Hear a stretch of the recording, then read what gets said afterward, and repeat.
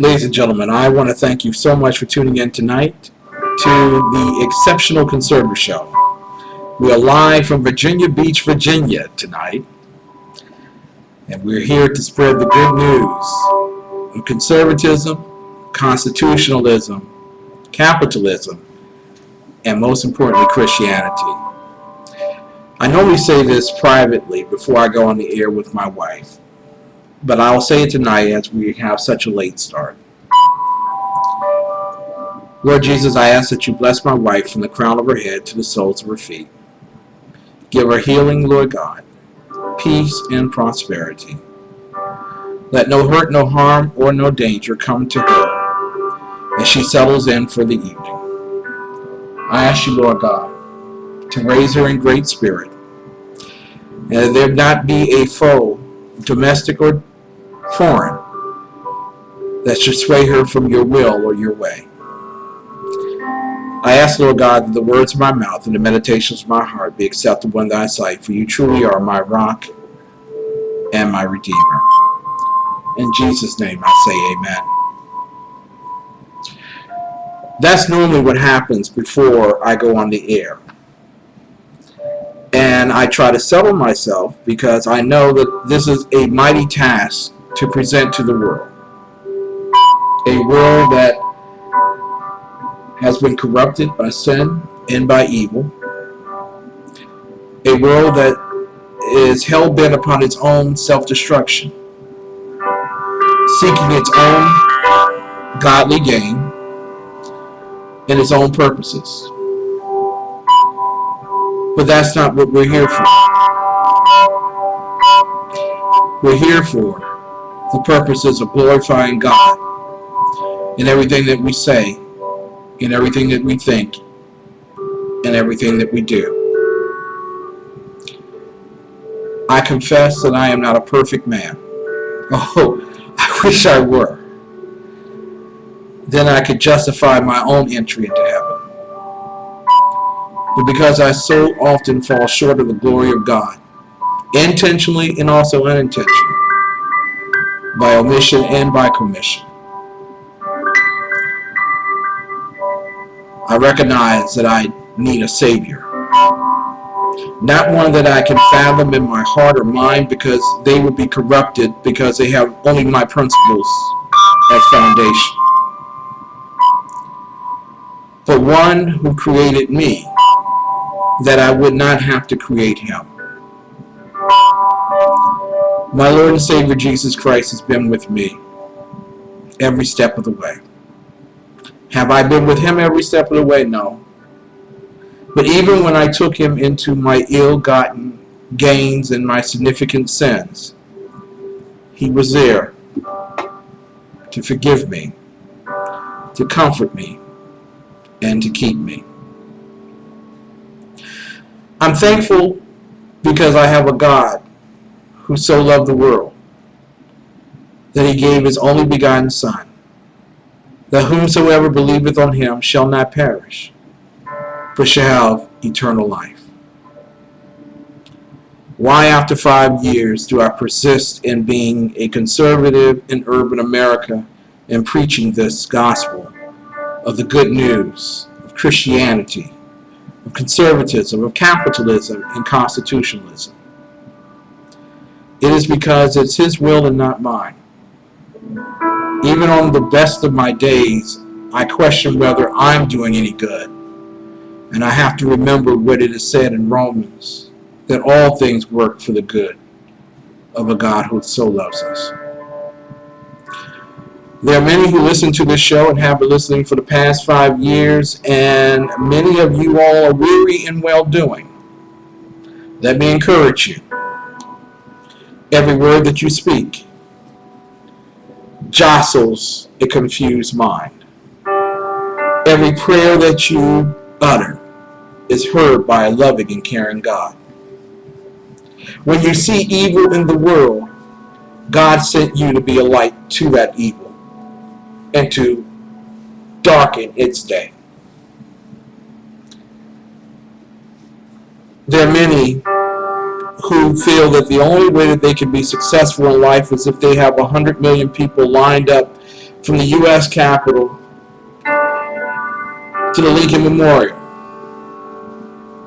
and that they have surrounded the White House with people.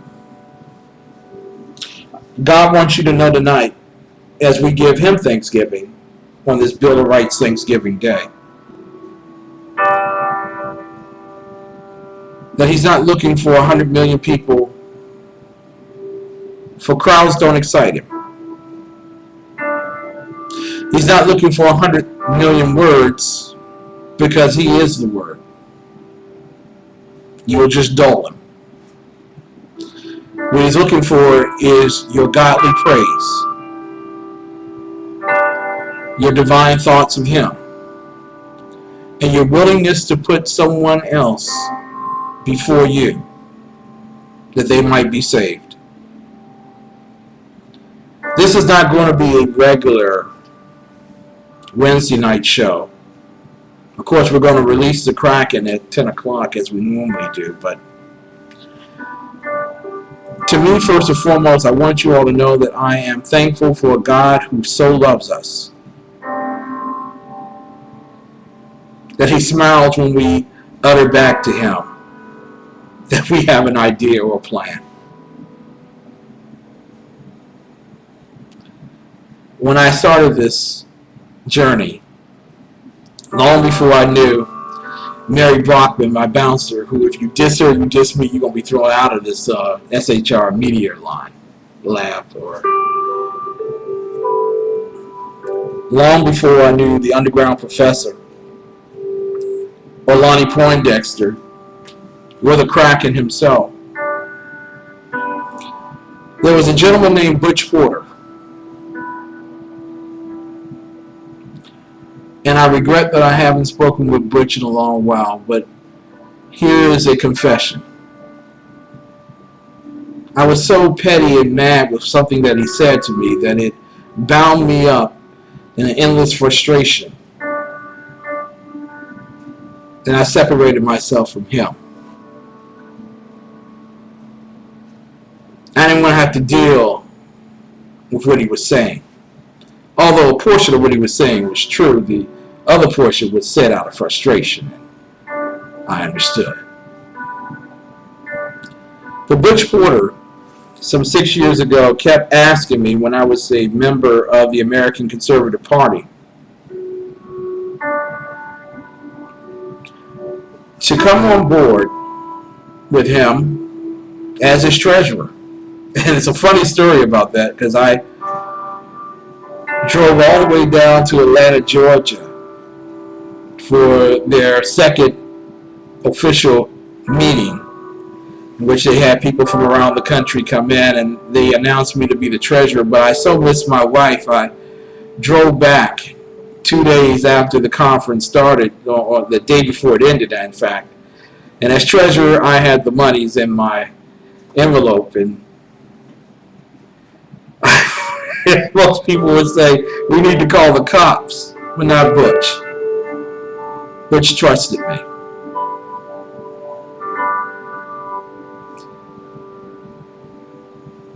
Butch Porter and I got together when we got back here collectively, and I met with him, and I told him the ideas, the fanciful ideas that I had about economic revitalization, about the institution of the Second Amendment in D.C., that once again that we would be a city that serves as a light to the world, a city on a hill. And he chuckled with me, and he invited me to come on his program, AC Nation Radio. I came on as a guest one evening,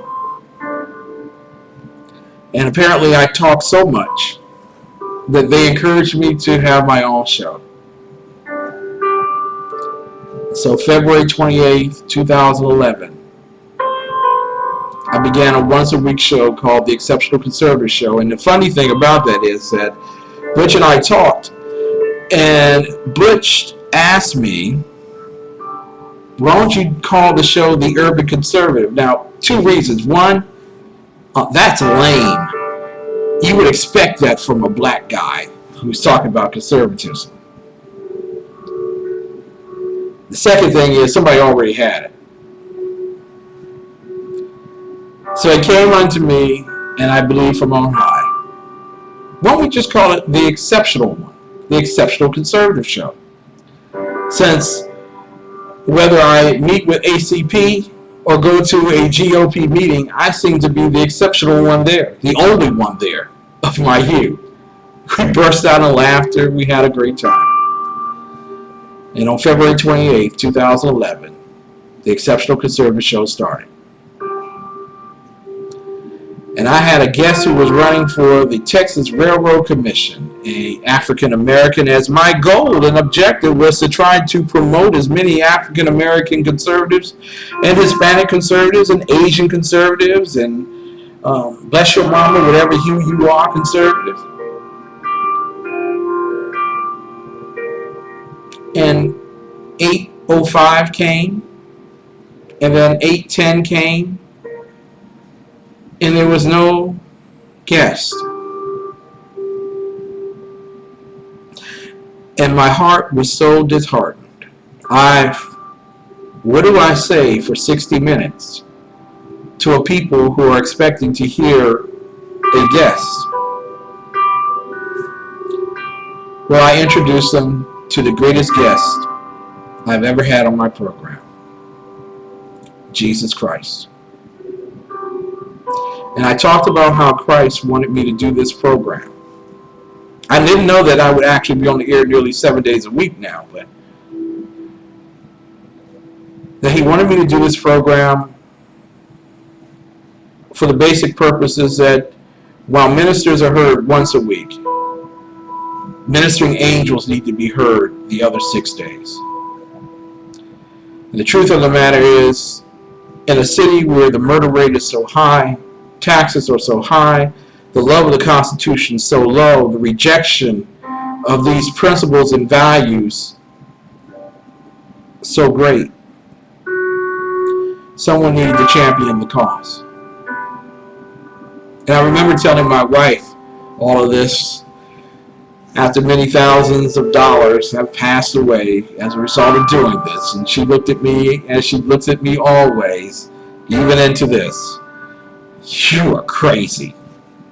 We could have our own stuff. We could be doing some other things. And she loves me still.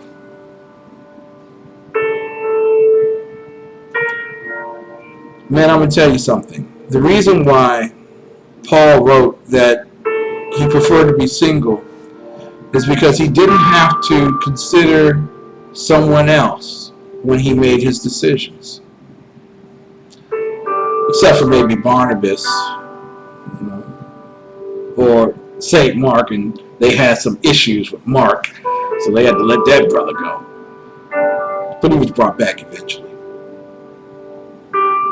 But I look at my wife, who goes out in the morning at 5:30 and comes back in the evening at 6:30 as a teacher in a charter school in D.C. And I see how she limps now. I see how the pains of dealing with children and parents has worn on her all these years. And still she encourages me. I love you with all of my heart.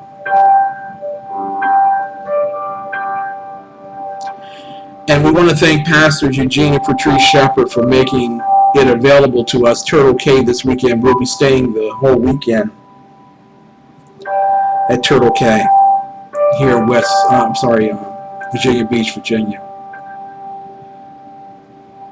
People who have prayed for us and prayed with us. And it's difficult for a pastor to have a son in his house who's preaching the gospel of Christianity, conservatism, constitutionalism, and capitalism when everyone else is talking Black Lives Matter. And yet he still loves us. I'm going to tell you,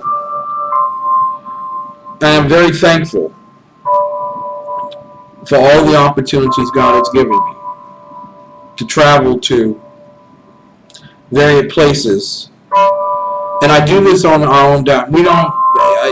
This is not one of those begging things. I am not begging. I want to be, at this Thanksgiving period, very earnest and honest with you. We've never asked a dime of anyone, and no one has given us a dime to do this. And we're not asking for anyone and don't care if anyone ever will. That's not the point. The point of the matter is my sacred honor, my wealth, my life. I am so committed to this, as I am committed to Open Heart Closed Case, where we now have 75 of the world's top detectives who are willing to work with us to solve cases that have been unsolved for decades. Who but God could have done that?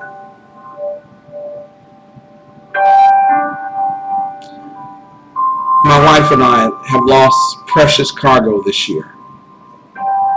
That which the world knows and that which the world doesn't need to know. And she and I, as we were driving down here, talked about our losses. But we also talked about our gains and our hopes. And hope springs eternal. The hope that I don't have to be a messenger for all men. And if I am pulled to do that, that I'll offend as many men as I possibly can, that the truth might be heard.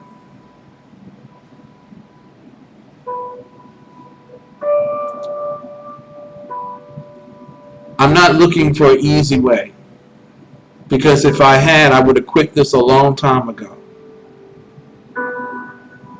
And God has not given me a way that's so easy that I cannot call upon Him when I'm in need.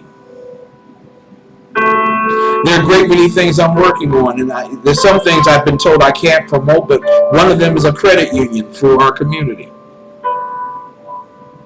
I can't tell you the name of it. It's amazing that the government has it fixed in this fashion where you can create the ideas, you can have the need, you can have the solution, but we can't tell you what the solution is, and it makes it difficult to raise money for it.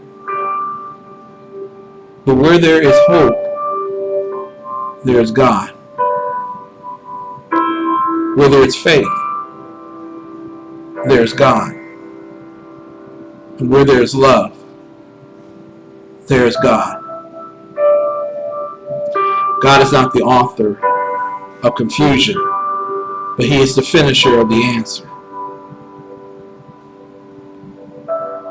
My greatest hope is that conservatives will look beyond the four walls of the presidential election, and that they see for themselves that our purposes are greater than winning the House, greater than winning the Senate, greater than winning the presidency, greater than having a Supreme Court majority.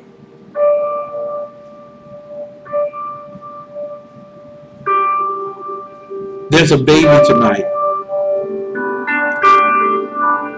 who won't make it from heaven to earth because someone would prefer to lie on their back while being filmed with Silent Night playing behind them and abort them.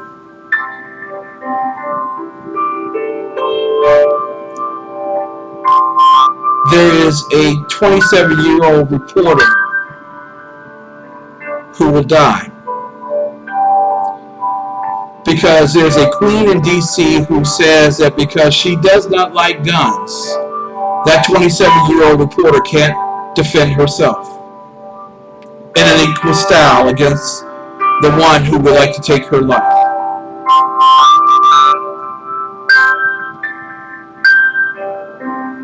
There are people who believe that the greatest philosophy that they can utter in terms of keeping the world at peace is to keep good men quiet while they speak loudly in the marketplace of ideas against foolishness with foolishness. I'm thankful because God has given me the ability to communicate in a wisdom that befuddles the professors at many universities, befuddles the greatest doctorates on the dais of councils, befuddles mayors and governors and presidents, befuddles ministers who have a largesse in following. God has given me an ability. And he says,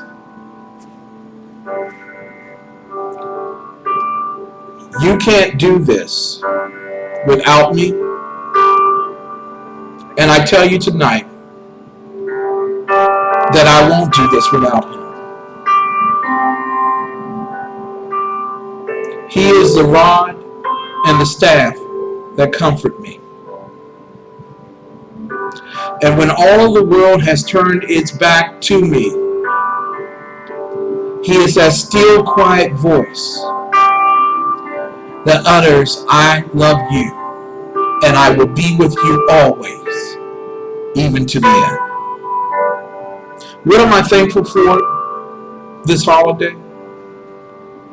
I'm thankful for a creator who so loved the world that he made a brilliant young woman say, I do, and helped me raise my daughter and our daughters. That he's given me friends like you, and that he's given me a hope and a gift to achieve those hopes beyond what any man can ask or think. Tonight is a Bill of Rights Thanksgiving.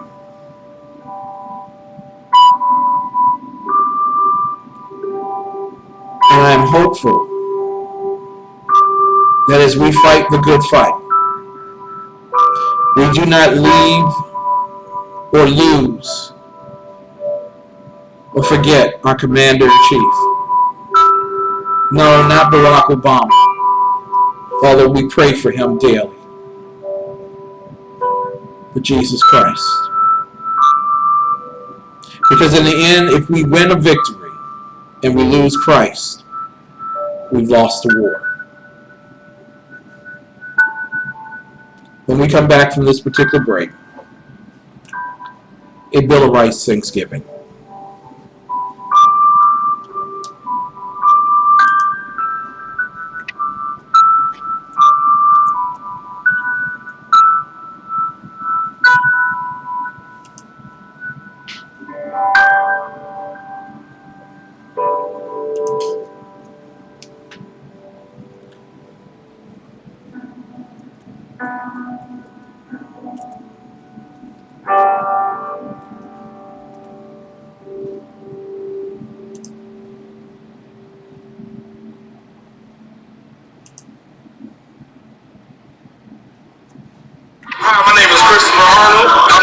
Chef of the Fuse Restaurant, and today I'm going to walk you through some of the meals that we prepare here.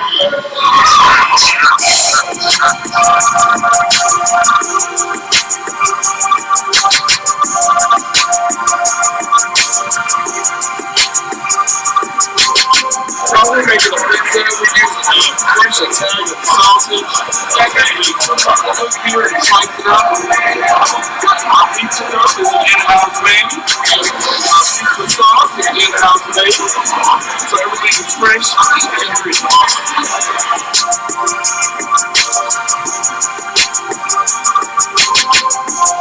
This is our Thai curry chicken. The sauce is made with coconut milk and the Thai red curry. It is juicy chicken thighs as well as some mixed vegetables, served with jasmine rice and pita bread.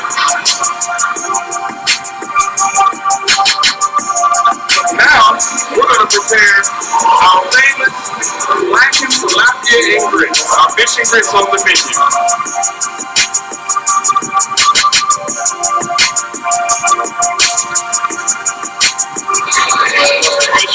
And our meal will be complete.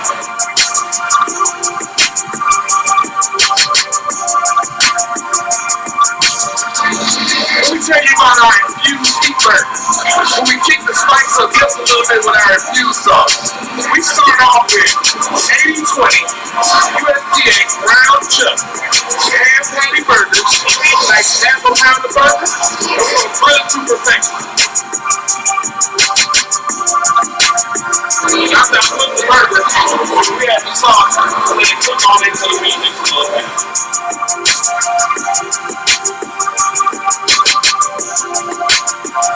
We're going to add a little bit of pepper jack cheese to this burger, spice it up a bit.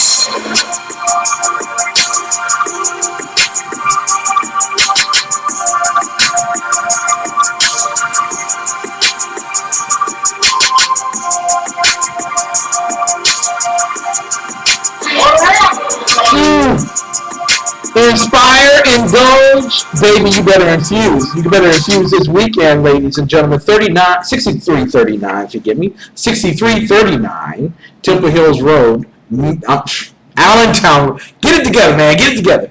6339 Allentown Road, Temple Hills, Maryland 20748. Their telephone number 301-449-9000. www.infuseinfuse.com. Get it while it's hot. Put your order in now. Listen, you ain't got to feed everybody tonight, but you do got to feed you.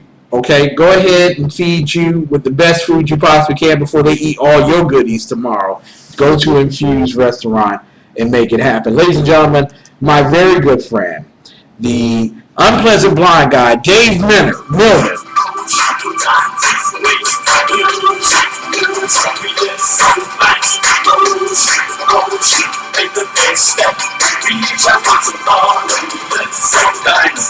Unpleasant blind guy, conservative bite.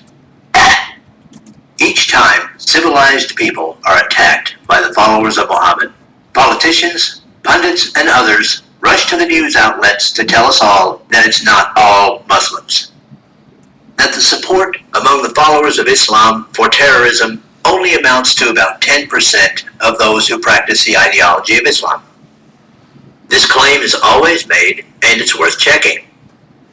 A good way to do that would be to compare the reaction of Mohammedans to the November 2015 jihadi attacks in Paris and their reaction to the Charlie Hebdo cartoons.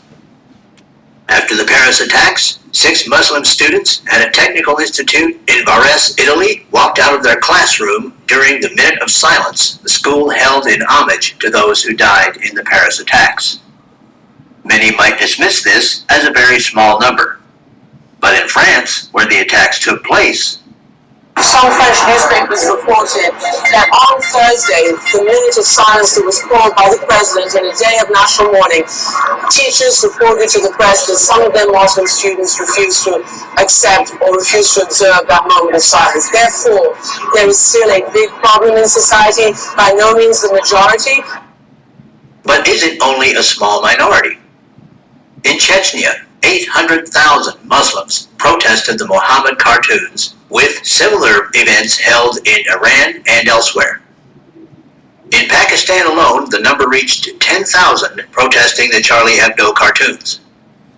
In Australia, 1,000 Muslims rallied against the Charlie Hebdo cartoons. In Kyrgyzstan, 1,000 Muslims rallied, saying, "I am not Charlie, I love my prophet." Now let's contrast those numbers. In 2005, a group called the Free Muslims Coalition held a Free Muslims March Against Terror that drew about 25 people. In July of 2015, a rally in Ireland against the Islamic State got about 50 people. In June of 2013, at a progressive Muslim rally in Toronto, only about 25 people showed up. Now you might be saying, well, Dave, these are countries where followers of Muhammad who want to protest acts of terror might be afraid for their safety in their communities. All right, let's try a country where people do have gun rights. In August of 2013, there were only about 25 people at a rally against misperceptions that Islam was violent. That was held in Boston. Some still might be saying, well, that was a city in the northeastern United States. We know they're kind of strict on gun rights. Okay. In October 2014, a Houston, Texas rally against the Islamic State got 10 people. People, it's accepted wisdom that actions speak louder than words. In France, which has a population of about 5 million Muslims, only about 30 attended the rally against the Paris jihad attacks. If it is only about 10% of the followers of Islam who support terror, why will not the other 90% even show up for rallies against Islamic terror? If, as the Council on American Islamic Relations says, these attacks are a distortion of Islam, then that means that they are an insult to Islam. That means that they are an insult to the Prophet Muhammad. So why are our streets not clogged with Muslim protesters demanding action from their governments to help free their countries from terror? Knowing the numbers, we can only come to one conclusion. It is because instead of only about 10% of Islamists supporting terror, only about 10% or less oppose terror. If this were not the case, the numbers at the anti-terror rallies would be massive. People, the cause of Islamic terror is not the fact that other countries are in the Middle East drilling oil, they were invited in. It's not the fact that Muslims feel marginalized in civilized countries. It's because Islam inspires terror. The numbers show it. The actions of the followers of Muhammad prove it. People, while there is still time to save civilization, we must act in a non-violent way to remove the followers of Islam from all positions where they could do non-Muslims harm. They must assimilate to their host countries, or they must find somewhere else to live. Like all true Americans, I have a natural revulsion towards singling out a group of people for different treatment. But as the numbers show, most Islamists support singling out everyone else for different treatment, and that treatment is not good. Civilization can save itself if we will just act. This has been an unpleasant blind guy, conservative fight.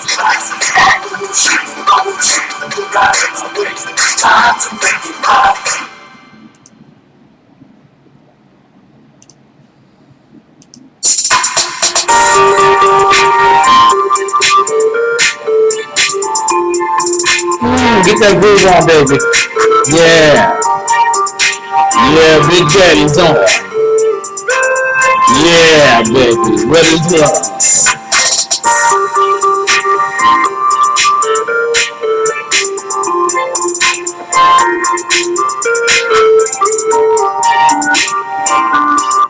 Ladies and gentlemen, I want to welcome you back to the Exceptional Conservative Show live from Virginia Beach, Virginia tonight and also tomorrow night.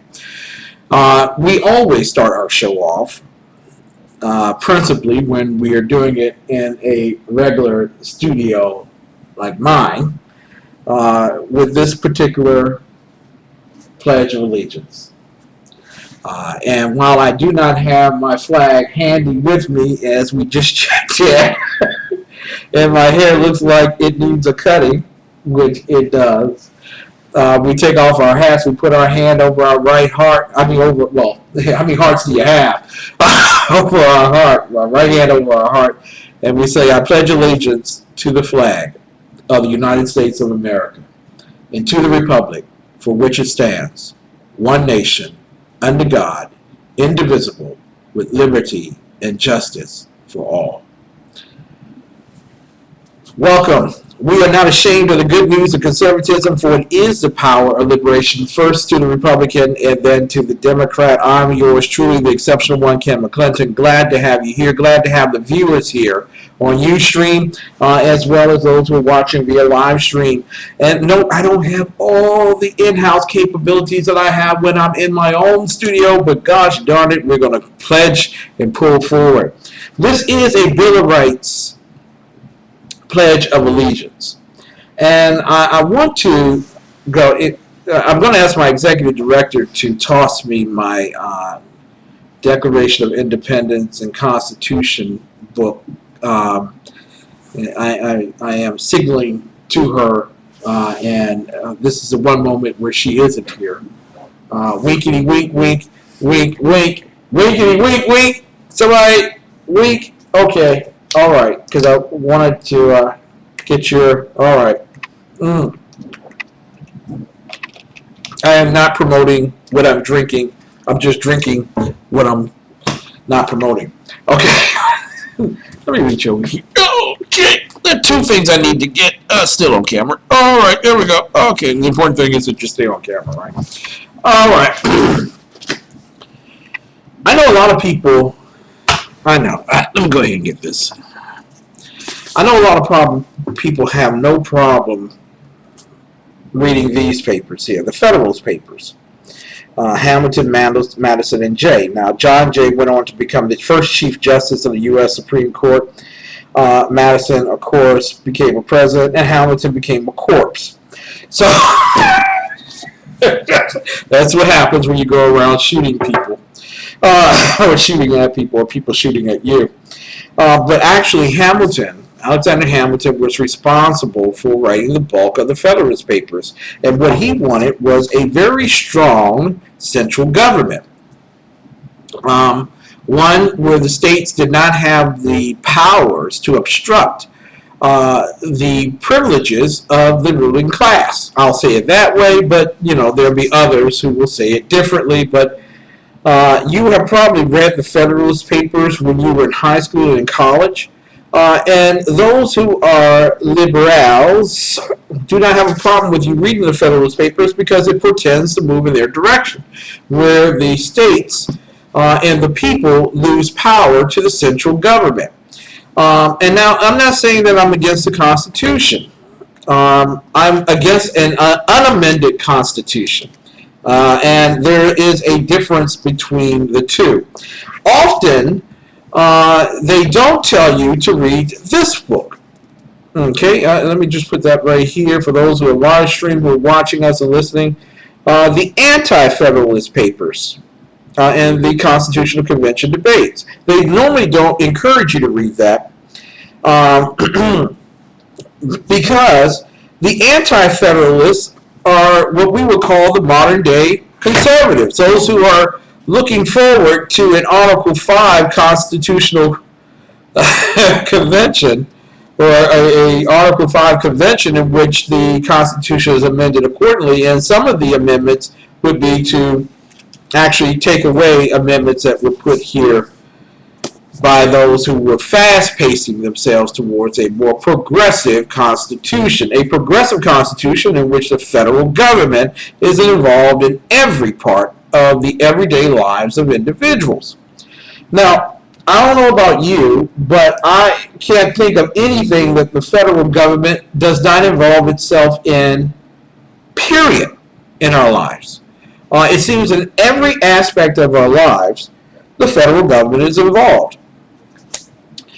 When you listen to liberals who profane the Constitution, what they don't understand is that it was the Federalists, like George Washington and Alexander Hamilton and so on, John Jay, who was the last writer of a letter to the King of England, King George, saying, "Is there something we can do without going to war, man?" Yeah, that John Jay. They were strong, very strong, on a whole gambit of the central government aspect of it. Well, these guys, Thomas Jefferson being one of them, and Patrick Henry and so others, were individuals who said, whoa, wait a minute. Do you understand what you all are doing? The same type of system that we tried to leave a monarchy, you're trying to instill here, but in a different way. We don't want you doing that. The reason why we broke away from King George and the issues that we had with not being represented in the Parliament you're trying to create through the Federalist Papers. We can't have that. We need to make certain that there is an anti-federalist. So, I know that there's a lot of confusion about the Democrat-Republican Party that was created. Thomas Jefferson being one of those individuals who moved towards that.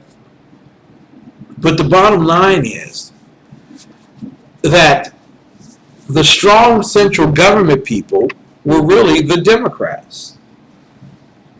Okay? Andrew Jackson later becomes the real stalwart of the modern day Democrat Party, although he was against a central bank, which I don't understand how he could have been for a strong federal government and against a central bank. But these guys were the original conservatives in our country. If it were not for these conservatives, the anti-federalists, okay, if it were not for them, you would not have these amendments. The first 10 of the amendments.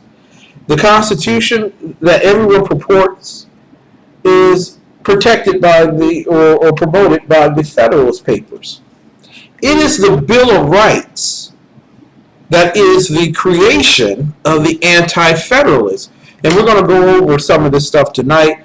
And when we have an opportunity, I know. I just want to show you all I'm using materials and I'm not making this stuff up at home.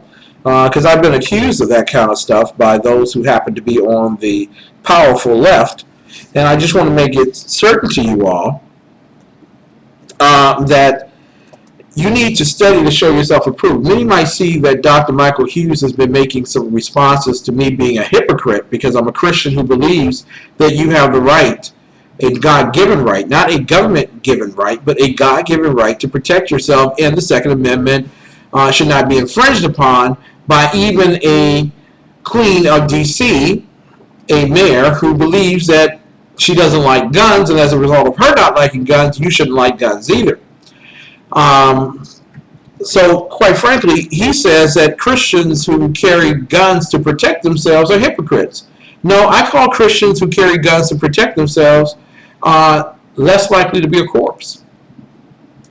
And in fact, if we would move away from people's feelings about things and go back to the Constitution, which is promoted by the Federalist Papers, okay, you would understand that the original founders, while they were pushing towards a very strong federal central government, all of them understood that you had a God-given right to protect yourself.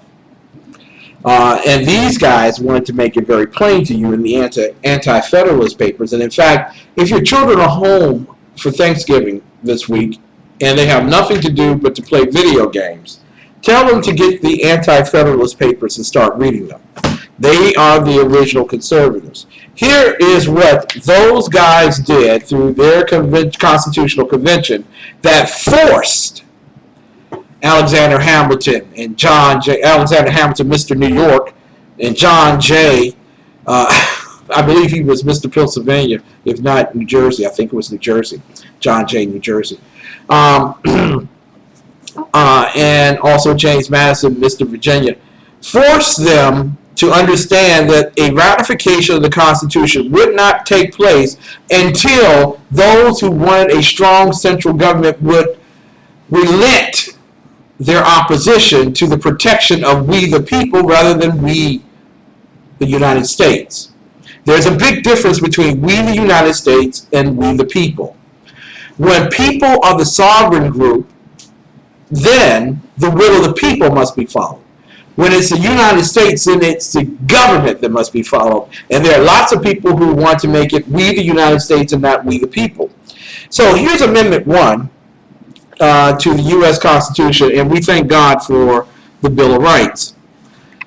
The first Bill of Rights, okay, actually speaks this way. Congress shall make no law respecting an establishment of religion, or prohibiting the free exercise thereof, or abridging the freedom of speech, or of the press, or the right of the people, peaceably to assemble and to petition the government for a redress of grievances. Now, a lot of people walk around, and Dan, the man Butcher, is in the chat room. God bless you. Happy Thanksgiving to you and yours. There are those who are walking around and telling you that lobbying is a sin. Lobbying is not a sin. Lobbying is a part of the First Amendment. There are going to be those who are more skilled in debate, more powered and influenced by wealth, and have the great capabilities that come with industry, who are going to be listened to as well. You have to compete against that, and normally that's why the power must not be centralized. The power has to be localized. That's what these guys in the anti-federalist papers were trying to get people to understand. That if you centralize power, only the great accessors to that and the great influencers will actually be able to encourage addressing grievances. However, the more localized the power is, the more the addressing would be towards the will of the people rather than, of course, the will of the industry. And I'm not against industry, as I've told you before. I believe both groups have the right to lobby. However, both groups should be lobbying at the most localized level and not at the most central. Because what is understood in Kentucky may not be understood in Utah. What is understood in Maine may not be understood in Florida. And California IA, it's its own country. Amendment 2. A well-regulated militia being necessary to the security of a free state, the right of the people to keep and bear arms shall not be infringed. Now, we can go back and forth on that, and we've talked about that for the past 2 days, and I will go back to Clayton Kramer and his roots of racism in the gun bans of gun control. And we know that those who are liberals enjoy the peaceable control of human beings through abortion and through gun control. But that's not what the Founding Fathers would accept. In fact, they wouldn't accept that. You have a right to protect yourself against anyone, including government, that would wish to tyrannize or terrorize your community. Amendment number 3 is, no soldier shall, in time of peace, be quartered in any house without the consent of the owner, nor in time of war, but in a manner to be prescribed by law. No one has a right to come into your home without your permission. That is the power of private property.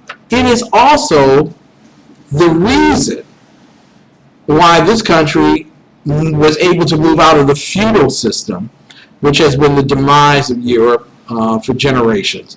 The bottom line is that you were not privileged. You were not born to a certain thing. Everyone had the same opportunity to establish private property. And as such, private property, not eminent domain, should be the one thing that is most honored amongst men in government. When we come back from the break, and we do have to take a break, because Rebooting Liberty and SHR Media and Pundit Press Media, they all got commercials that they have to do. But when we come back in the second half, we'll be talking with the KRAKEN. We'll be releasing Ralph Chittams. And in addition to that, we'll be finishing off our understanding of the Bill of Rights. At least a simple addressing. It is not a totalitarian addressing. All right? So, ladies and gentlemen, sit back, relax. We will be back with more of the best in urban conservative talk from Virginia Beach, Virginia. And I want to thank once again the pastors of Living Word Church, Pastor Eugene and Pastor Patrice Shepard, for making this possible for the two of us this weekend.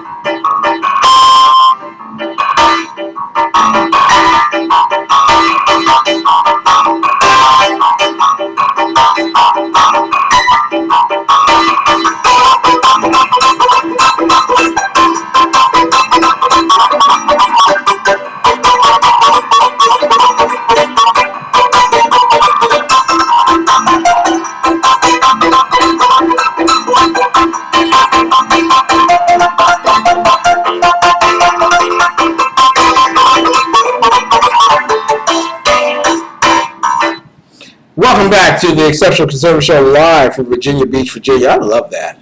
I love that stuff. Man, I tell you that the old cowboy movies, man. If I could convince my wife this week to watch an old cowboy movie with me, I really would appreciate it. Listen, we're not ashamed of the good news of conservatism, for it is the power of liberation, first to the Republican and then the socialist. I'm your host, the exceptional one, Ken McClinton, coming to you live from Virginia Beach, Virginia. You know how we start off every hour that we're on the air.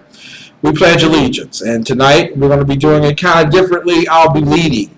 I'm not a little kid, so I'm not as enjoyable in the experience as everyone else, but I love this country, and I love the people in it. I pledge allegiance to the flag of the United States of America and to the republic for which it stands, one nation, under God, indivisible, with liberty and justice for all. Glad to have you with us tonight. We're about to release a KRAKEN. Let's give him a phone call on our wonderful network here. I want to thank Rebooting Liberty and SHR Media and so many others who make this all possible, in fact. There you go. We are connecting.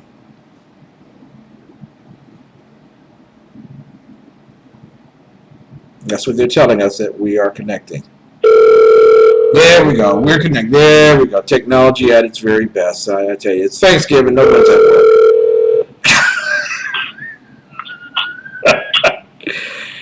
Tonight, third Wednesday night, we release the KRAKEN, Ralph Chittams from DC GOP. He is the vice chairman. Glad to have you here tonight, sir.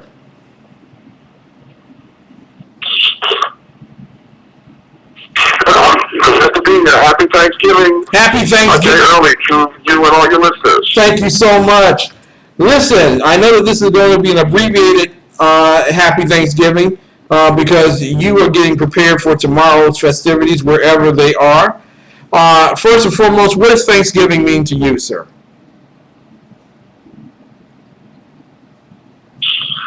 Thanksgiving is, for me, it's about, one, being thankful for every blessing that God has provided to me for and through me. And it's a day for family. It's a day to get together with the people that we love the most and to enjoy their company and be grateful for them. Awesome. Awesome. Now, what are your festivity plans for this weekend? What are you working on, sir?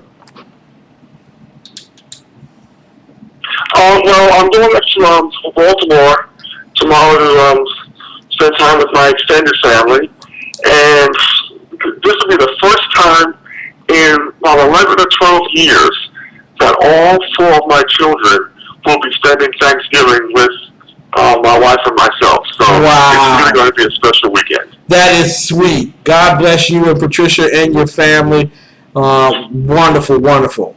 It's been an adventurous week, and I don't want to keep you very long. We're going to probably go about 11 more minutes because I know that you got much to do. But want to ask you in terms of, firstly, the dichotomy between the police chief in Washington, D.C., Kathy Lanier, and the mayor and city council on the subject of the Second Amendment. Your thoughts, sir?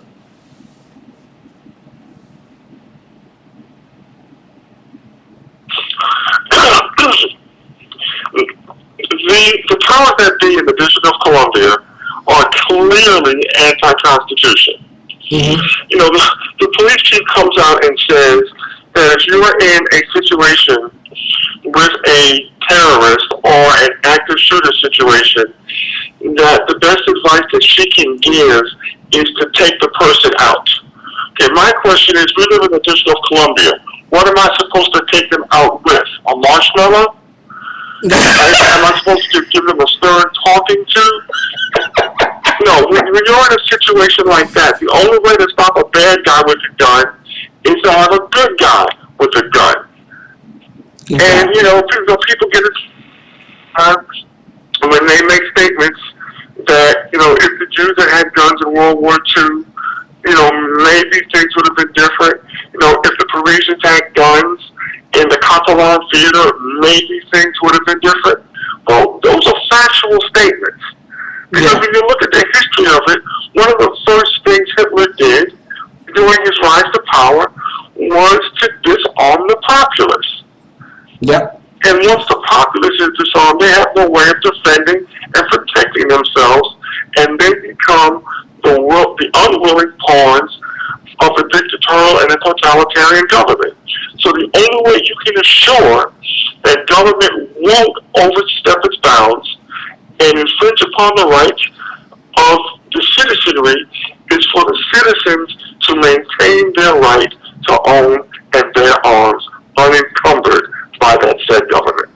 Well said. Well said. It's simple math. Now, I want to know, why has there not been a retort back from the GOP side in District of Columbia? Where is that retort going to come? When are people going to stand up on the GOP side and say, you know what, the Second Amendment means everything if we're going to be a constitutional district?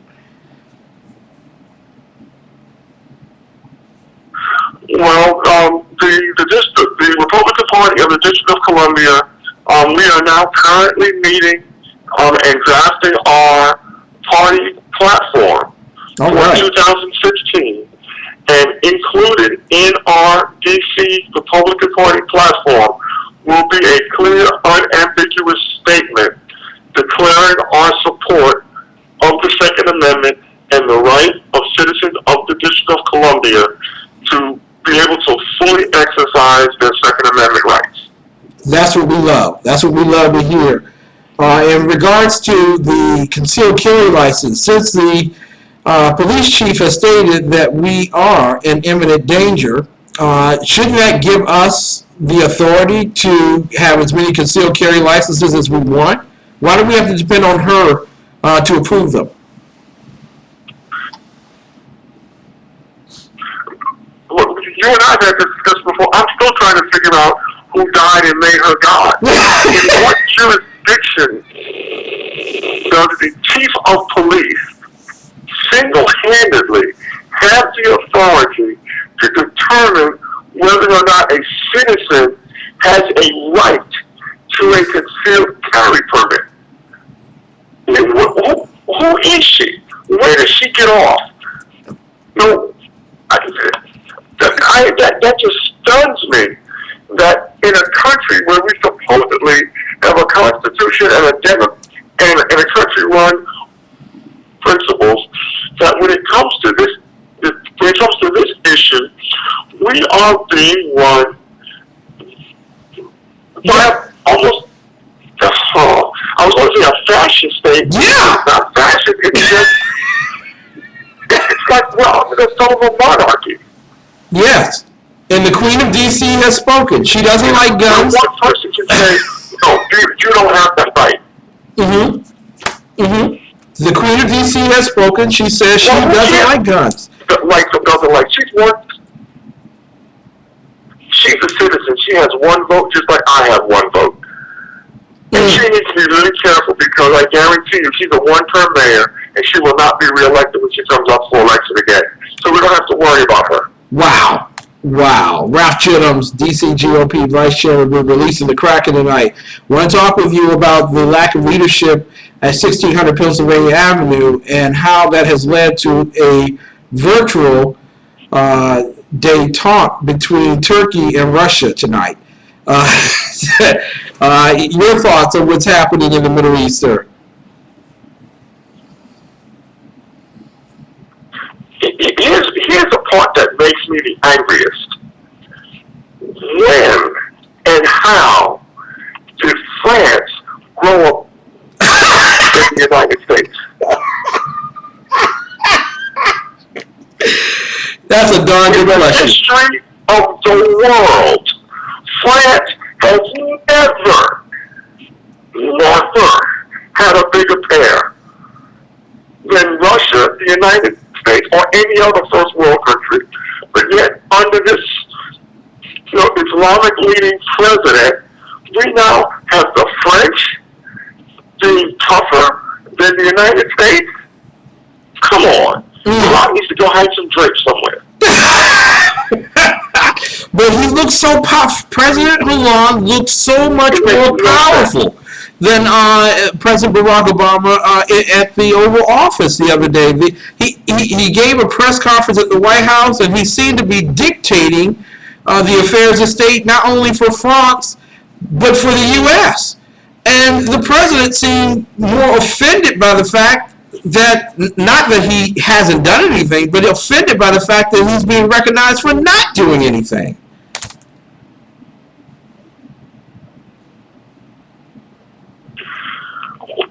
I mean, this guy is without a doubt the worst president in the history of the United States of America. And that's saying a lot because we've had some real doozies. Yes, we have. But this clown has taken America from its preeminent position on the world stage, and he has made us a laughingstock. Russia is now viewed as the country that is best prepared and equipped to defend and protect Christianity. Wow. Excuse me? Wow. When did that happen? I thought Russia was an atheist communist state. How did they become the saviors of Christianity? And then the United States, like I said before, is now weaker than France. Every American should be livid over those two facts, if nothing else. Exactly. Absolutely. We're talking with Ralph Chittams, DC GOP Vice Chair, during this Thanksgiving special. Final question for you. Chicago. You've seen the footage, probably, of the gentleman who was shot 16 times by the police officer. The police officer has been brought up on charged in first-degree murder, which might be an over asking and might lead to him being found innocent of first-degree murder. But there is rioting in the central city by Black Lives Matter members and others who believe that the police force is targeting young black males. Your thoughts, sir?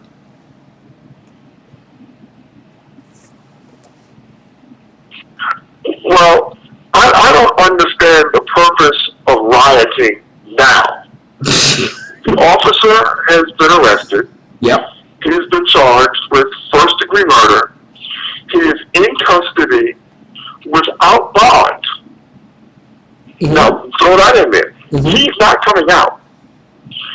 Now, why are you going to riot now when arguably the riot should have occurred somewhere in the previous 400 days when this guy was walking the streets as a free man and nothing?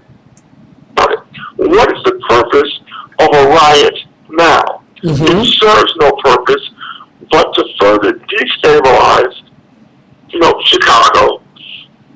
And what these liberal blacks don't understand is that the Democrats have a new trick for them. Mm-hmm.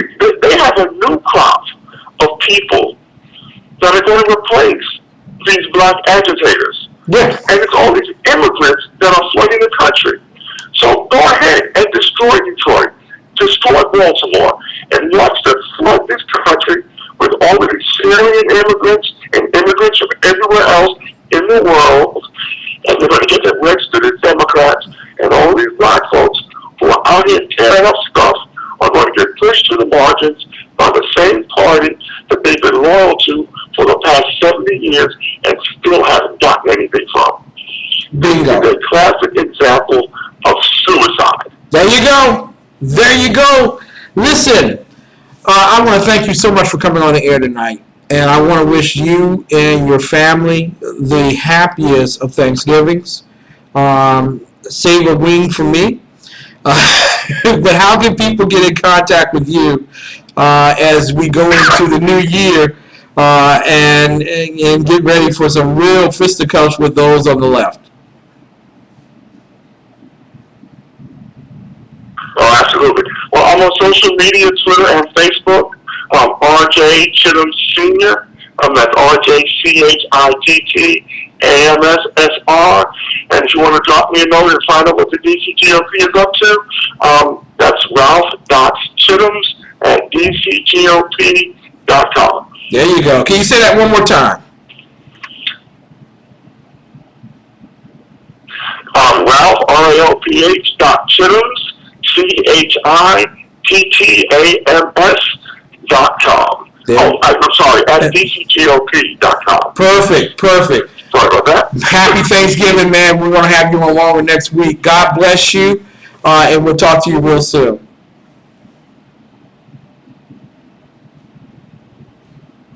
God bless you. Happy Thanksgiving. Happy Thanksgiving. Ladies and gentlemen, my very good friend, Ralph Chittams. We got a lot in store for us as we move forward.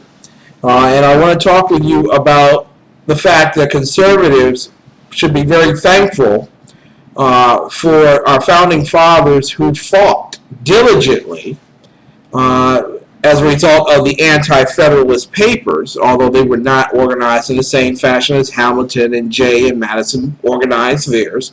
But nonetheless, these were men from around the country that said, whoa, a strong federal government will only lead to a strong presidency and actually eventually lead to a Supreme Court without any answer against it. And we can't have that. We need the power to be based in the people and stay with the people. So when we come back, I want to go back over the 3 amendments that they worked hard. These are conservatives, and you should be proud as to the fact that it was conservatives during that time period fighting against George Washington and Madison and Jay and Hamilton and many others who decided, the will of the people over the will of the state, of the federal government. We'll be right back with more of the best in urban conservative talk. You're listening to the Exceptional Conservative Show live tonight from Virginia Beach, Virginia.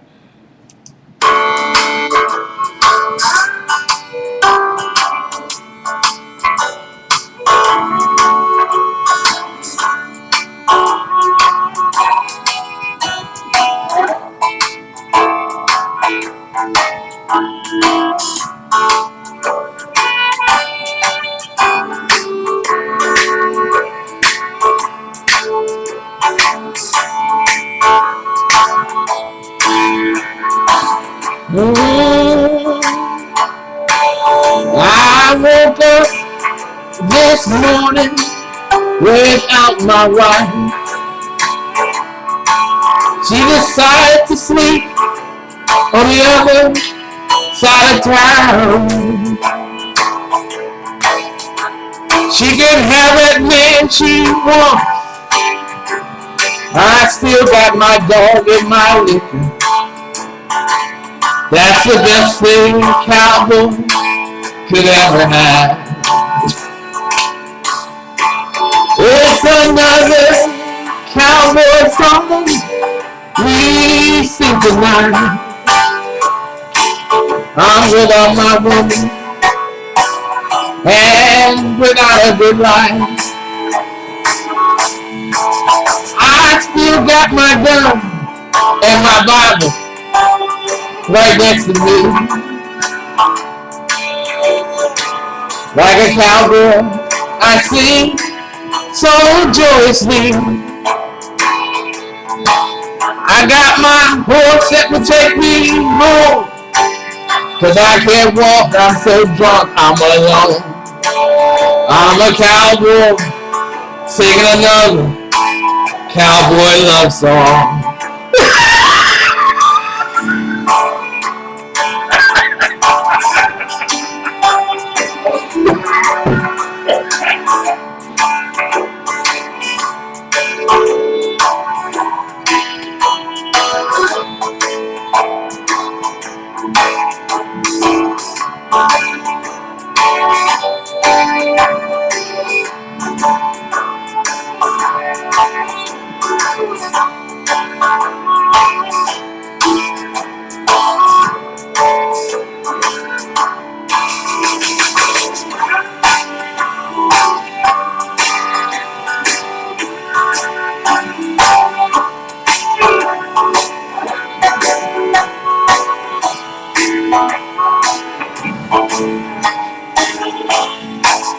Now my woman says she's suing me for all I am.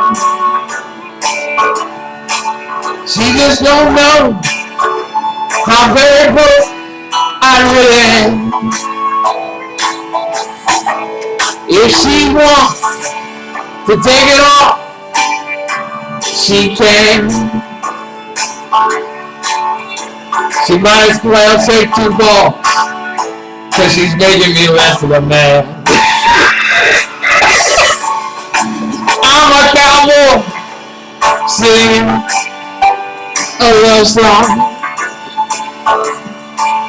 You know for a fact that I've been treated very wrong. If I had a good day, I'd be strong.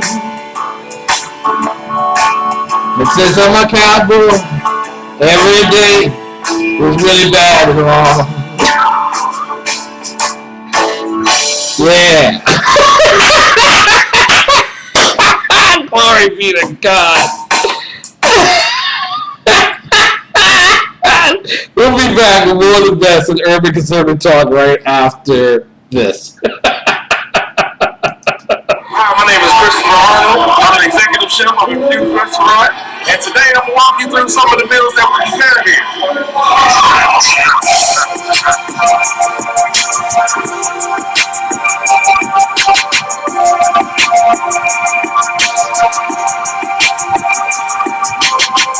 We're making a pizza. We use French Italian sausage, cooked here and sliced it up. Pizza dough is in-house made. Our pizza sauce is in-house made. So everything is fresh and rich.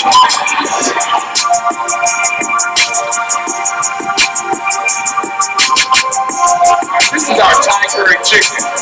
The sauce is made with coconut milk and the Thai red curry. It is juicy chicken thighs as well as some mixed vegetables, served with jasmine rice and pita bread. So now, we're going to prepare our famous blackened tilapia and grits, our fish and grits on the menu.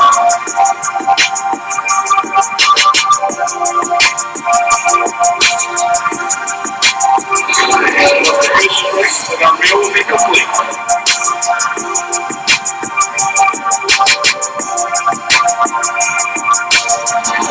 Let me tell you about our infused beef burgers.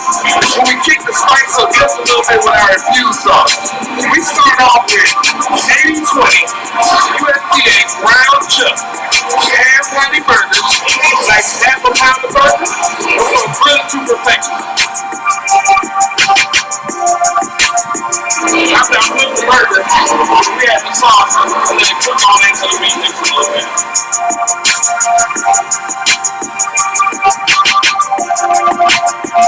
I'm going to add a little bit of pepper jack cheese to this burger, spice it up a bit.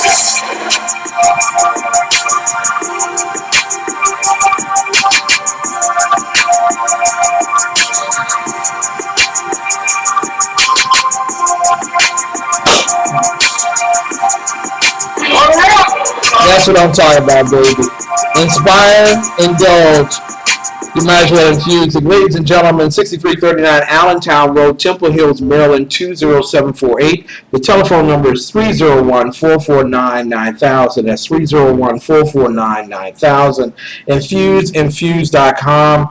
When I get back to Washington, D.C., I know I'm stopping past to wish Derek and Christine Williams my very best and to enjoy their very best. Great food indeed. Now, you know that my show is normally filled with a multitude of commercials, but not tonight. I wanted us to focus on Thanksgiving. And I also wanted to focus on the Bill of Rights.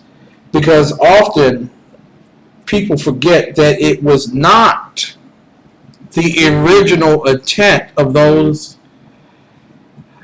at that Articles of Confederation Constitutional Convention That actually it was starting to correct the Articles of Confederation, and then unfortunately, or fortunately, turned into a constitutional convention, which later forced a Bill of Rights. But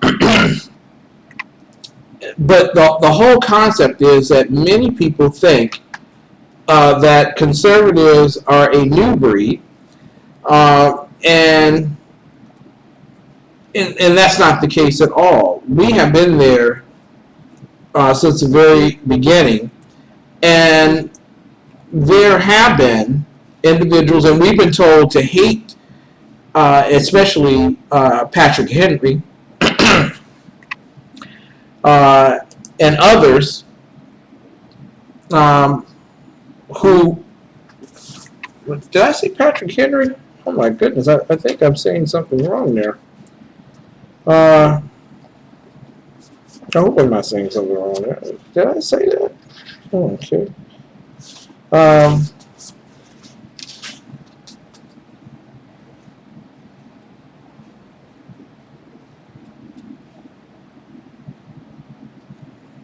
Yeah, it was Patrick Henry. Yeah, it was. I was right. I was right. I'm doing two things at the same time. You know, I can't think and drink at the same time, so there you go. I want to go over very clearly what people are most thankful for first before we finish off the Bill of Rights. This is a very special show tonight, and I'm wishing everyone the happiest of Thanksgiving. This is also a Sackheads radio night. So my hope is that you follow and stay in the chat room. If you stay in the chat room, you'll be able to enjoy the best the best late night conservative talk show in the world. Sackheads Radio with Sackhead Sean, Sackhead Clint, and Free Stocko. But I wanted to go with you over a listing that Ben Dreyfuss put together in 2014, showing a map of what people are most thankful for in every state. At the very bottom of that particular list was music.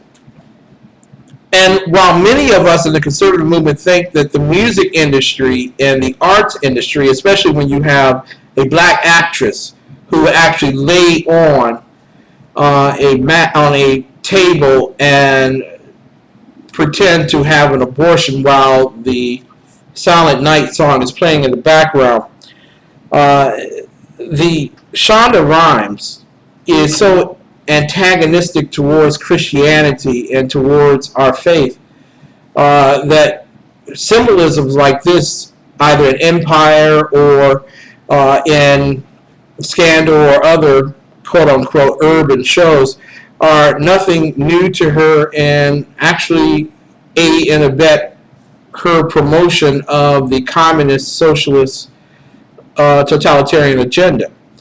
But many of us think that the arts industry has such a tremendous influence over our children that they literally are lost. And we're knowing right here, right now, that for most of America, the most influential thing to them is not music, because it's the least of the things that they're thankful for.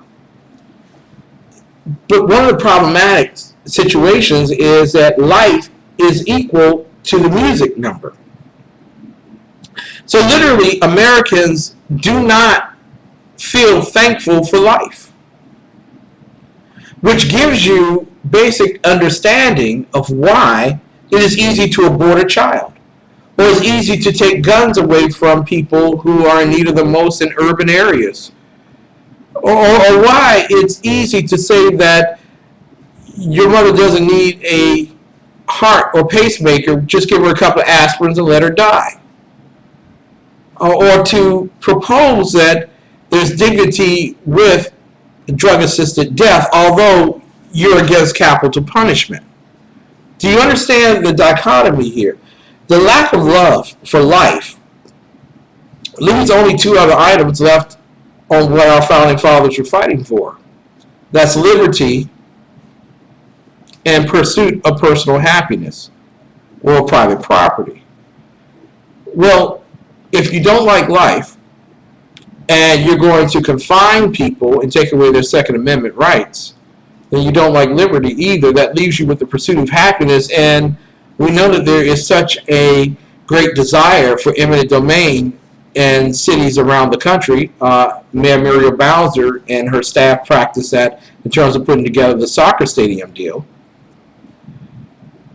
That the love of private property is also gone. Private property doesn't exist. It all belongs to the public. We just have to find a way to take it from you.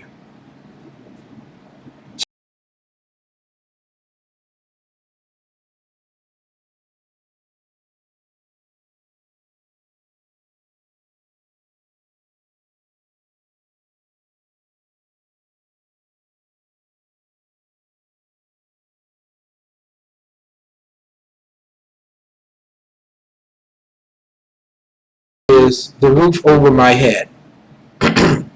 Well, if you have lost the love for private property, then the roof over your head doesn't matter because the government can give you a house, right? My wife and I, in the mornings, as we're driving either to work or to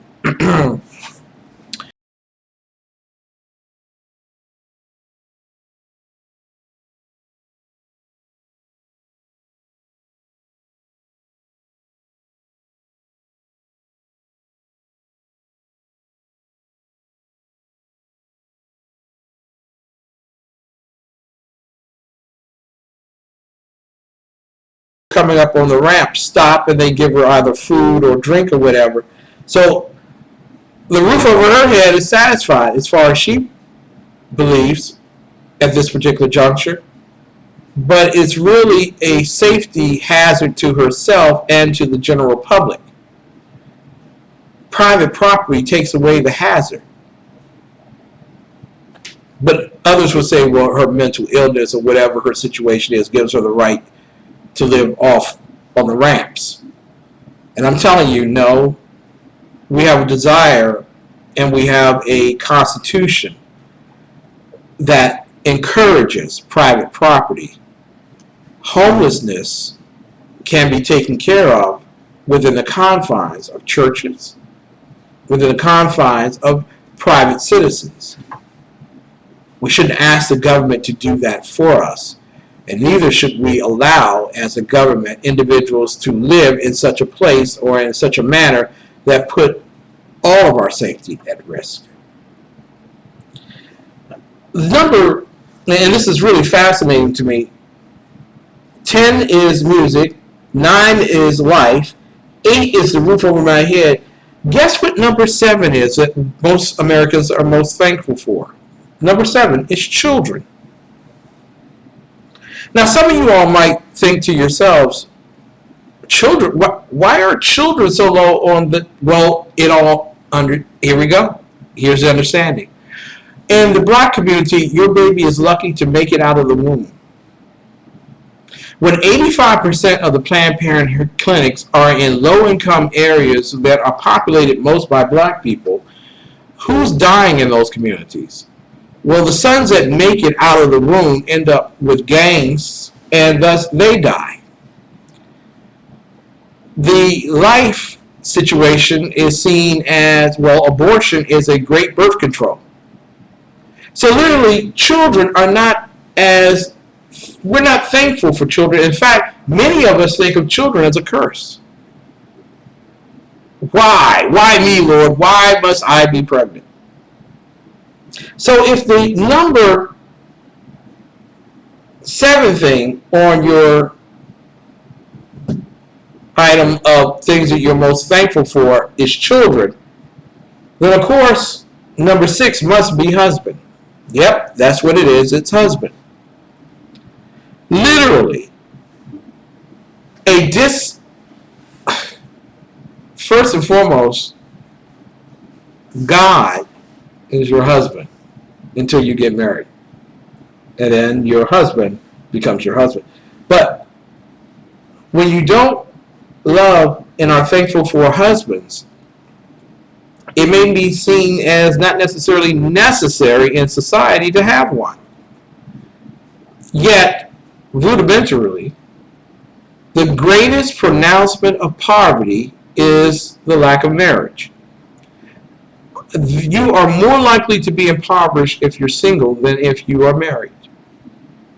And in fact, waiting until you have graduated from college to have a baby and get married literally certifies the fact that you're going to be wealthy in this country. And yet, our governments, especially our city governments, fortify the conscript that you can do bad by yourself. It's best for you to be alone. So what are we thankful for? What are the top 5 things we're thankful for? Well, number 5 is job. I'm thankful I have a job. And of course, yes, I'm thankful you have a job. But wouldn't it be nice if we put Deuteronomy 8:18 to work and that we became the creators of jobs instead of waiting for someone to give us one? But we are thankful for our jobs. Number 4 is that we're thankful for family and friends, which is why I don't understand the number 1, but we're getting to that. The number 3 thing that we're most thankful for is health. We are thankful that we are healthy. I wish you prosper I wish you prosper in health as your soul prospers. That's what it speaks of in 1 Peter. But here's a problem with that health. When you believe that the government cares more about your health than you do, we're watching today where in 2017 the average deductible for Obamacare will be $7,516. We are watching premiums escalate 25% annually since Obamacare came into existence. We're watching entities like United Healthcare and Blue Cross drop out of the Obamacare system, leaving 1 or 2, which are virtual monopolies, for healthcare coverage. 300 cancer patients no longer were able to receive cancer treatment because they no longer qualify for health care under Obamacare. And then we received news that there are those within the Department of Health and Human Services that would like to force the Treasury Department to pay for the losses incurred by insurance companies to keep them involved in the Obamacare facade. Now, if Bernie Sanders says that 90% of your wealth belongs to him, he also believes that 90% of your health belongs to him too. Bernie Madoff, if he had gone with that philosophy, would be in prison for a much longer time period than he already is. And yet, there are those who have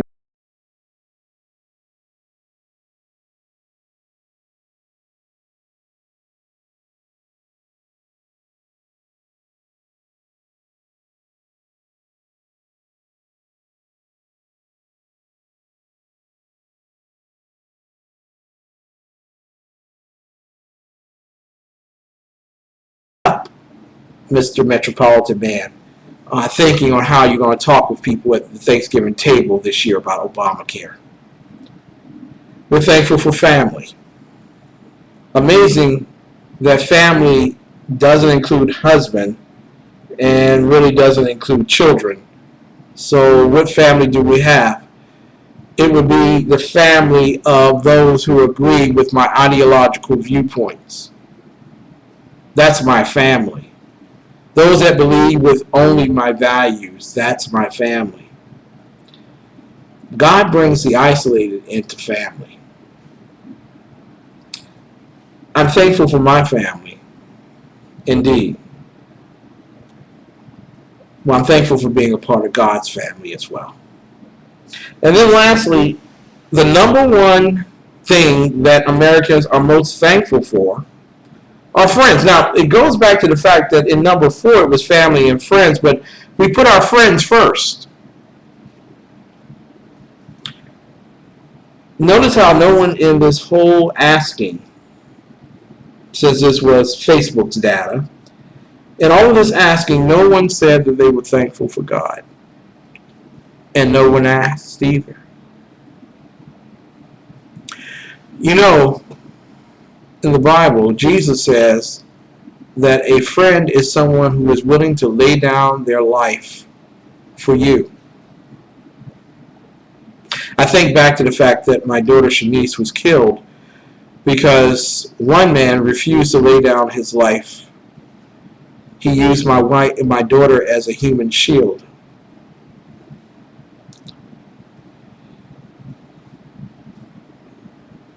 A friend sticks closer to you than a brother. If we're going to be thankful this Christmas for our friends, let me say that the best thing that you can offer your friends this holiday season is not another tie, not another piece of breast, no more of the pie. But if you offer them a friend who actually went to the cross for them, died for them, preached the gospel in hell for them, and rose on the third day for them, and ascended into heaven 49 days later for them. Wow. If you offered your friends that, you wouldn't have to be the one to lay down your life. Someone already did that. When we come back from this particular breakaway, it won't be a commercial, it'll be a breakaway. I want to talk with you about the Bill of Rights. You're listening to the Exceptional Conservative Show live from the nation's capital. Well, not tonight. From Virginia Beach, Virginia. And we want to thank again the pastor, Eugene and Patrice Shepard, for allowing us to stay in their residence here in Virginia Beach, Virginia, at the Turclay. And we really appreciate you all listening tonight. I want to talk with you about stockings for soldiers. And I hope that you would do something special when you bring your people around the table tomorrow. I know the Obama administration is asking you to talk about Obamacare and abortion and things like that while you're at the Thanksgiving table. I pray you don't do that. First and foremost, I pray you don't do that at my table, because I'm going to tell you where you need to go. But secondly, at anybody else's table, this should be a moment of joyful thanksgiving for what God has given us, for what God has for us, and for what God will help us achieve in the remainder of this year and in the next. But Stockings for Soldiers Delaware Incorporated was founded to help improve the morale and welfare of members of the armed forces of the United States of America deployed in harm's way. We accomplish our mission by sewing holiday stockings and filling them with special items for the troops. Many of the stockings that we send are for a specific person with their name on the stocking. For many troops, our gift is all they receive for the holidays. They're trying to send a very special touch of home, and as well with personal messages of support to remind our troops that we appreciate all they do for us, and to let them know that they have not been forgotten over the holidays. We depend on the generosity of others to help us to accomplish our vital mission. Stockings for Soldiers Delaware Incorporated is a 501c nonprofit organization. As such, donations are deductible to the extent allowed by law. Please talk with your tax professional for more information. If you would like to make a donation to their community project, please send your check to Stockings for Soldiers, Delaware Incorporated, 1911 Folk Road. That's F-O-U-L-K Road, Wilmington, Delaware, 19810. If you're going to talk about anything at the Christmas table, I'm sorry, the Thanksgiving, well, Christmas and Thanksgiving table, if you're going to talk about anything, talk about Stockings for Soldiers, and then pass a hat around like this one or another one like it, and make sure that everyone at the table, including the kiddies, 25 cents, a nickel, a dime, everyone contribute, and then send that contribution to Stockings for Soldiers Delaware Incorporated. Our servicemen and women do so much for us, and they ask for so very little.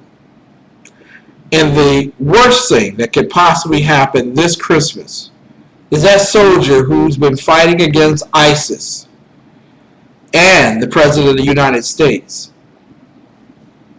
wakes up with nothing from us. Let's not make that happen. Ladies and gentlemen, it was the anti-federalists that made it all possible for there to be a Bill of Rights.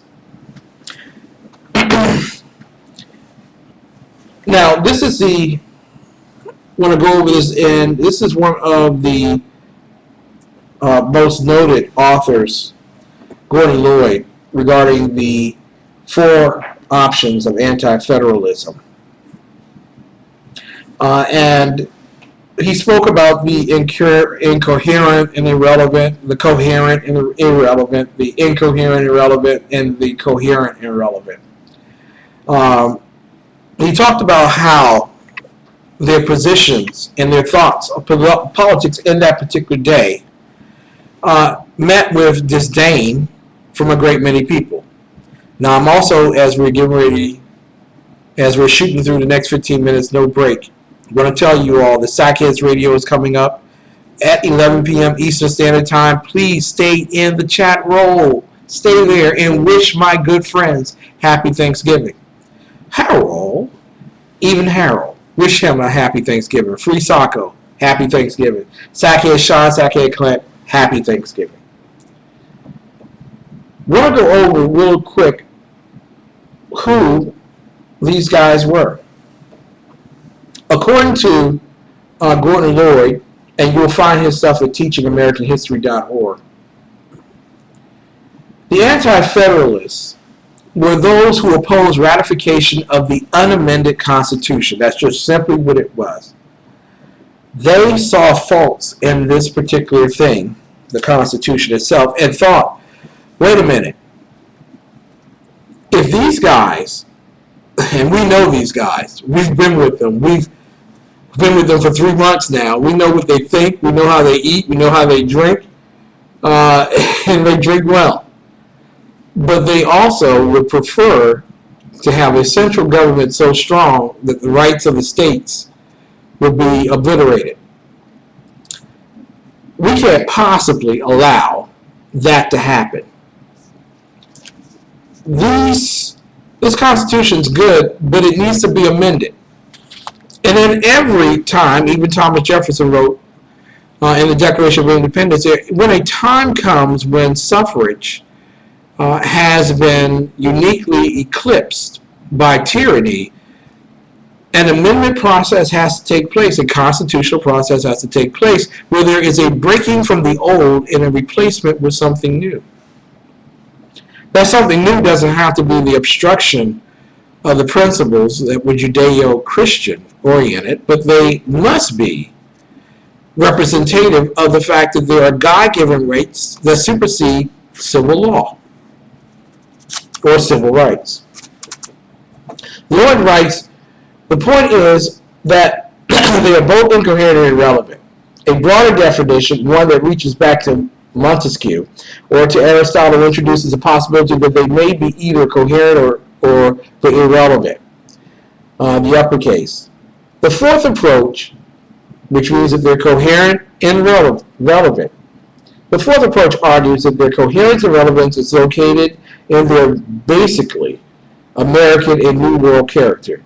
They are neither Kenyans, men of little faith, nor Storans, incomplete reasoners, and thus junior founders. Their thought is grounded in the American struggle for independence. I want you to understand what Gordon is right here.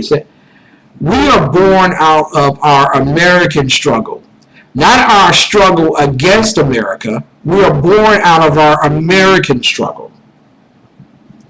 Their thought is moreover informed by the Articles of Confederation of the 1780s, matured by the debates over the creation and adoption of the Constitution, culminates with the adoption of the Bill of Rights, and then bids farewell to its creative phase with the introduction of the Virginia and Kentucky resolutions. That is the image of the Anti-Federalists, which we would note today would be the conservatives. And we'll talk about the Kentucky resolutions and the Virginia resolutions next week. they are very poignant in understanding. So when you have a Black Lives Matter person that comes up to you and tells you that you are 3/5, they don't have very good knowledge of the history of the struggle to be American. Nor do they persist in that struggle, nor do they want you to. The truth of the matter is, you were never individually 3/5. It was the collective 3/5 compromise that forced eventually us to get to a civil war. But that'll be talked about next week as well. These men realize that a strong and central government would take away power from the people. Taking power away from people literally means that you are no better off than where you once came from.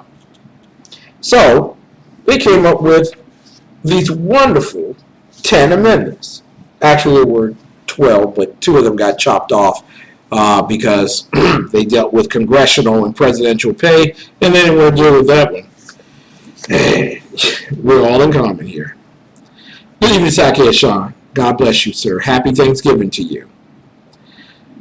Amendment 1 clearly states that Congress will make no law respecting an establishment of religion or prohibiting the free exercise thereof, or abridging the freedom of speech or of the press or of the rights of the people peaceably to assemble and to petition the government for redress of grievances. We know that one.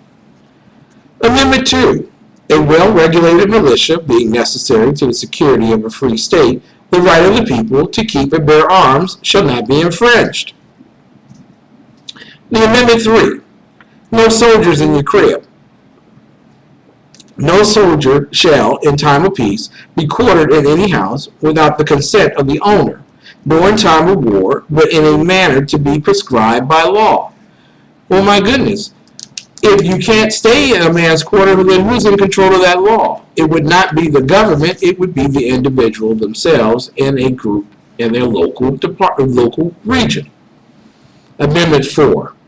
And this is where Muriel Bowser is as inaccurate as an ice cube sitting on a fireplace.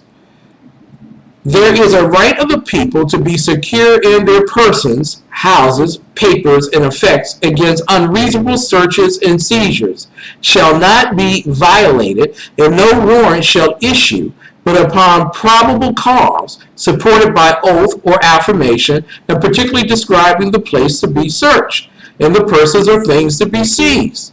Literally, Muriel Bowser and the City Council are looking for the absolute will to come into your home just because you committed a crime long ago and you paid the time, that they have the right to come back and hassle you, harangue you, harass you.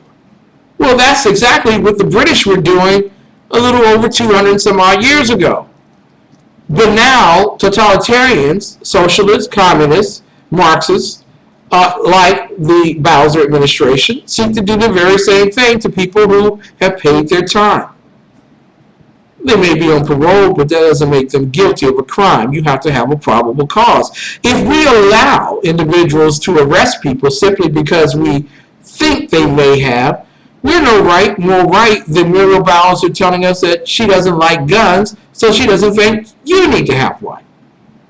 Do you understand how racial and personal preference actually obliterates the Constitution? And then it's presented as a philosophical debate. No, it's bull.